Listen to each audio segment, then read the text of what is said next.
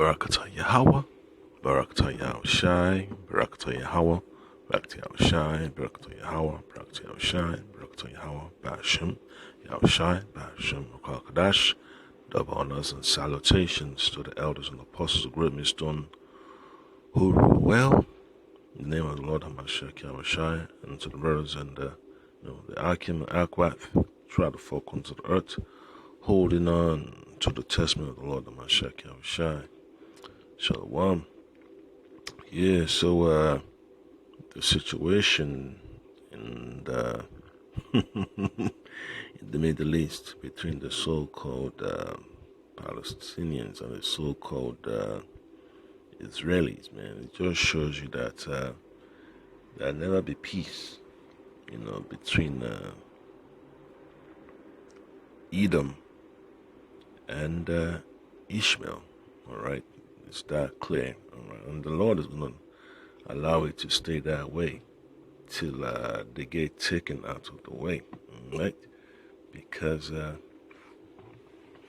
Lord is going to allow the the enemies of His people to taste of that cup of judgment. All right. So I just got a few precepts I'm just going to read about because the time of judgment is coming, and these heathens over there in the land of Israel, land of our forefathers Abraham, Isaac, and Jacob, they're gonna have to feel the heat. They're gonna feel the brunt of the Most High's judgment. All right. So the book of Isaiah, chapter 51, verses 22 to 23. This is directly straight to the point. It says, "Thus said the Lord, Yahweh Bashim Yahushai Bashim Kadash, and thy power that pleaded the cause of His people. Behold, I have taken out of thine hand the cup of trembling, even the dregs of the cup of my fury. Thou shalt no more drink it again." All right. So that's what the Lord has promised to our nation, that our captivity will definitely come to an end, and the heathen will have to stay in that position, to be the next to get the wrath of the Lord. So there's gonna be more conflicts over there, man. Since they're already fighting over so-called Palestinians, the Ishmaelites, waving their so-called Palestinian flag at the funeral of journalists that they are claiming that the Israeli soldiers shot at, So it's going to get much more worse as times go by, because the Lord is not going to allow peace to be between Amalek and Ishmael, all right? So their claim to ownership of the land, to occupy the land, is just not valid, all right? So when our people, the Israelites, the so-called Negroes, Latinos, and Native Americans, just don't understand what is going on over there, it's basically the Lord showing His power, that He doesn't want those people to have a peace of mind. They're always going to be paranoid, all right? And it's going to get much more chaotic over there.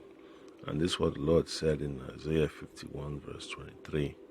It says, "But I will put it into the hand of them that afflict thee." All right? So the cup of the Most High's fury, the cup of the Most High's judgment, He's going to put it into the hands of our oppressors, man. Because these Arabs, man, they've done so much damage to our people, especially of the Southern Kingdom, They've done so much evil against the southern kingdom.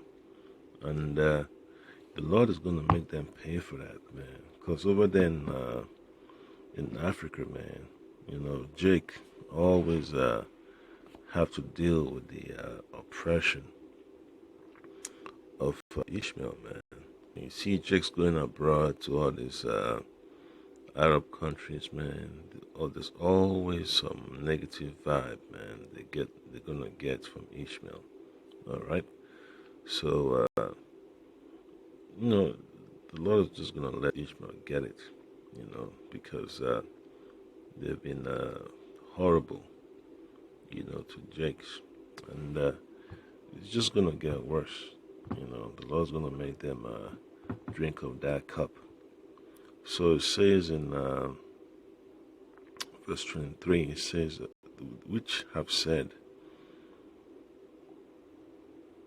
to thy soul, bow down, that we may go over, and thou hast laid thy body as the ground, and as the street, to them that went over. Yeah, so what they did to our people during the times of our captivities, during the time of our forefathers, Moses and Joshua and Caleb, it's recorded in the scriptures, and what they did during the so-called Dark Ages, it's also recorded, even till this day, so it just became more evident that the Lord is going to prove to our people who our enemies are, and it's going to make them, pay for the consequences, all right, of pressing the apple of his eyes, all right. So the book of Psalm chapter 75 verse 8, it says, for in the hand of the Lord Yahweh, Bashim Al-Shai, Bashim Kakadash, there is a cup, and the wine is red. It is full of mixture, and he poureth out of the same. But the dredges thereof, all the wicked of the earth, shall wring them out and drink them. Yeah, so the judgment is going to be applied, to the oppressors of our nation. All right, so Edom's going to drink, Ishmael is going to drink, Moab is going to drink, Ammon is going to drink, Japheth's going to drink, all right, Ham's going to drink, Ashur is going to drink also. So you name it, man. So there is no escaping the judgments of the Lord. The Lord has already said that our oppressors are going to drink of that cup, and they're going to drink of that cup of the Most High's vengeance. So the book of Ezekiel, chapter 35, verse 15, it says this: as thou didst rejoice at the inheritance of the house of Israel, because it was desolate, so will I do unto thee. Thou shalt be desolate, O Mount Seir, and all Idumea, even all of it, and they shall know that I am the Lord Yahweh. Yep, so it's going to be a day of mass reckoning, okay? Because the Lord is going to make the ruling elites of Edom all over the world know that Yahweh Bashim El-Shai Bashim Kakadash is not a forgetful power, all right? So his enemies are going to have to face the consequences of blasphemy, disrespecting the laws, statutes, and commandments of the Lord, turning the world into a garbage dump. The shedding of innocent blood, the destruction of the environment, killing of animals, all that stuff, man. Making the earth inhabitable, or how you say, uninhabitable. Yeah, for the Most High's creatures. So it's gonna be rough, man, on Edom, man, because that's the top nation that the Lord has to go after, and then the rest of the heathen will get their just desserts. They're gonna get the judgments of the Lord too. But Edom is the Most High's target, all right? That's why the Most High mentioned Mount Seir and all Idumea. Idumea is not just in one place. People of Edom are not just in one place. They're all over the world. So the Lord has to get them,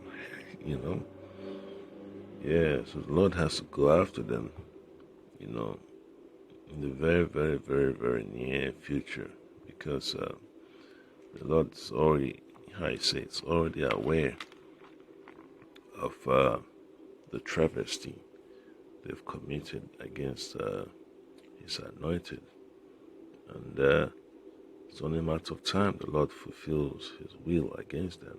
Okay, so the book of Ezekiel, chapter 9. No, it's not yet. Let me go to chapter 36. I'm going to read verses 4 and 5. It says, "Therefore, ye mountains of Israel, hear the word of the Lord Yahweh.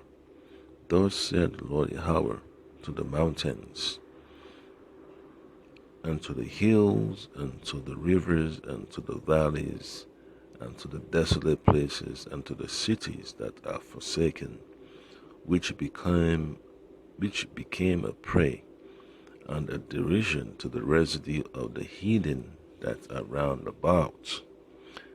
Therefore, thus said the Lord Yahweh, surely in the fire of my jealousy have I spoken against the residue of the heathen, and against all Idumea, which have appointed my land into their possession, with the joy of all their hearts, with despiteful minds, to cast it out for a prey." So, wow. So the Lord has a huge condemnation for them.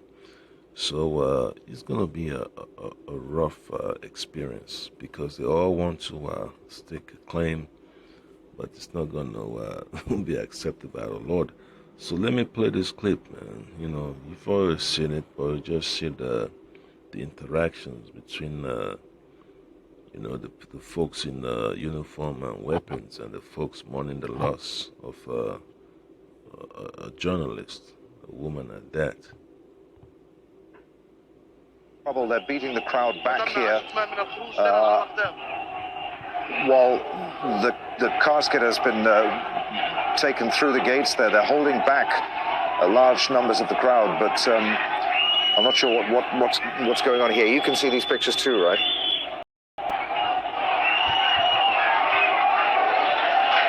Marwan, hang on, Marwan is speaking, we can't hear him. Hang on a second.